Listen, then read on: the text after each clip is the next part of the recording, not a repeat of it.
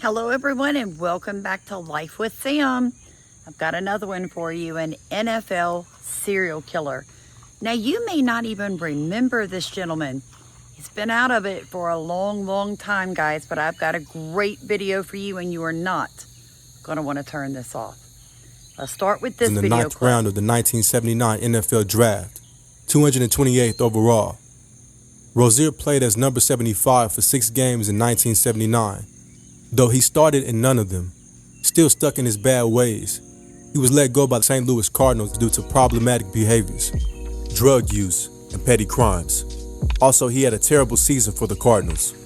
No interceptions or tackles. The Cardinals had a terrible season that year.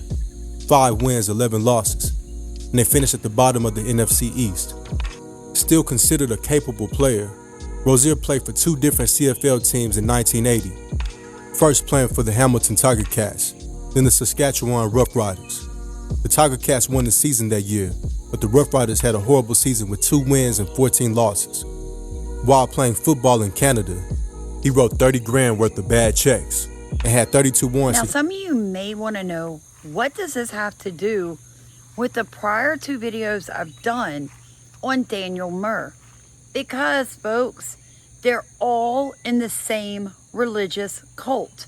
They all believe Jesus was black, and they are the missing Israelite tribe. Now, the craziest thing about these guys is that it's lies. It's lies. And it's so pervasive.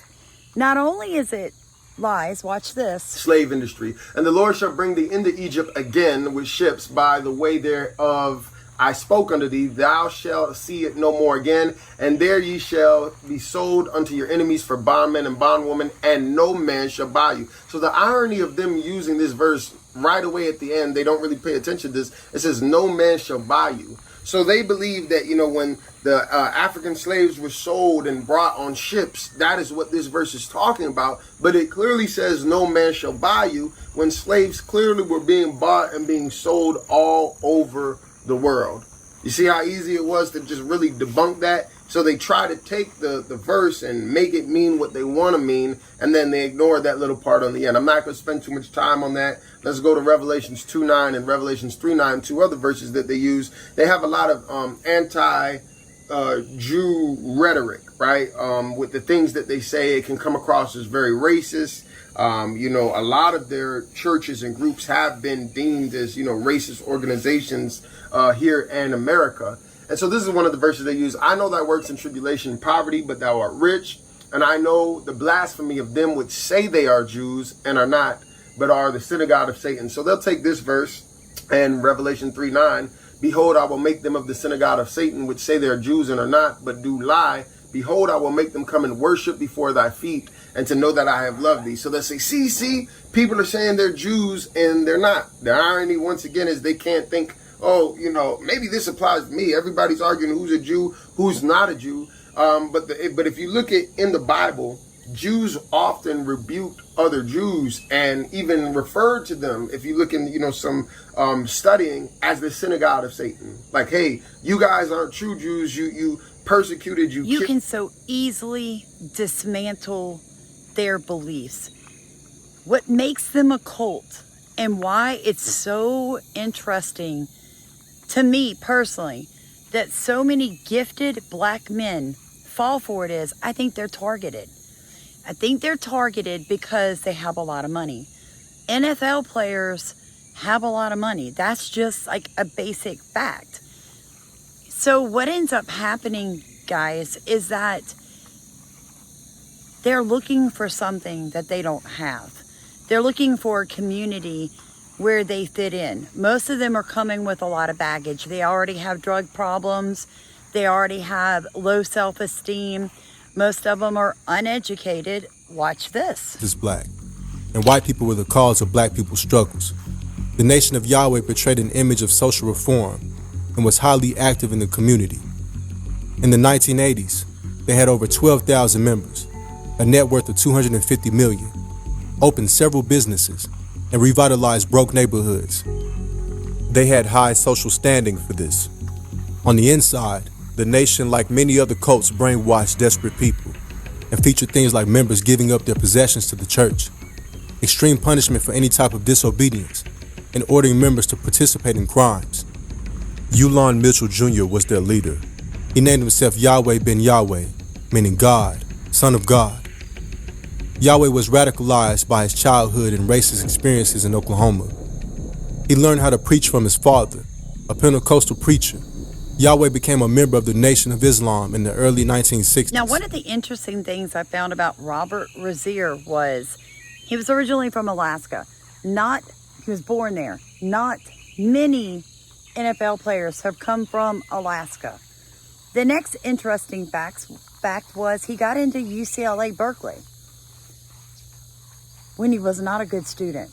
They ended up not letting him graduate and never fully explained exactly why they kicked him off of the campus.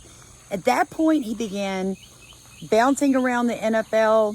I think these were his stats, not very impressive. The thing about Robert Rozier was he was into check fraud in Canada. He ran from Canada, came back to America, tried to play ball again. That failed. And he basically ended up just kind of bouncing around the United States, and he ended up on the steps of the Black Hebrew Church. They took him in. Of course they did.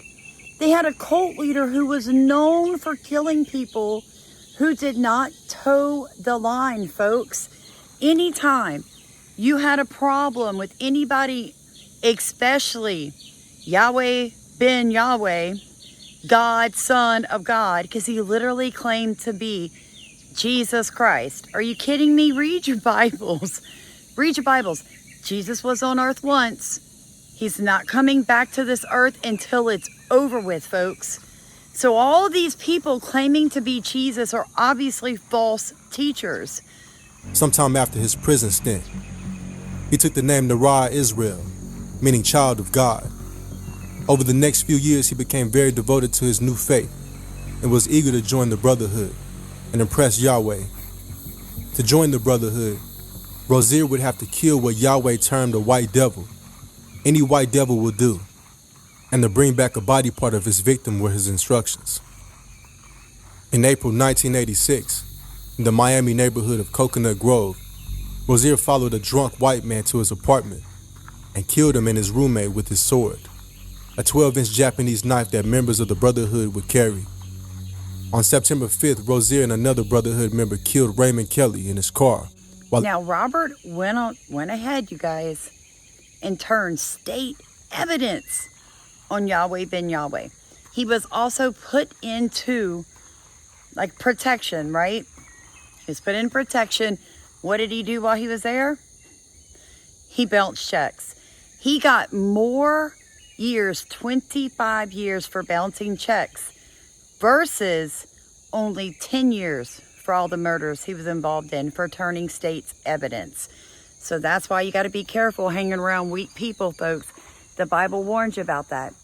Don't be friends with people who are looking for blood. It literally says it in the book of Proverbs. God bless you guys. Hit the like button, comment. I know I'll get some hate mail on this one because you're seeing this prevalence of this cult moving across America. And somebody's like, why? Why are there so many of these, Black Hebrew sects coming out? It's just like Black Muslim sects, guys. It's angry, diminished men who can't think for themselves and women who are weak that fall for this nonsense. Any church that requires everything you own being given to the church is not a godly church. Any church that has someone that claims to be Jesus Christ is not a godly church. The Bible warns us in the end times, there will be many false prophets. You can just get on the news every day. I mean, look at what Daniel Murr did to his son. And I've literally had people coming on the videos I've done of him so far and told me to stay in my lane. Didn't even bring up the fact that he beat his 14-year-old son so bad he split his lip and blacked his eye. That's the kind of nonsense we're dealing with in this country. And that is why Christians need to stand up today. God bless you guys. Let me know if this is the type of content you want, and I'll keep putting it out for you.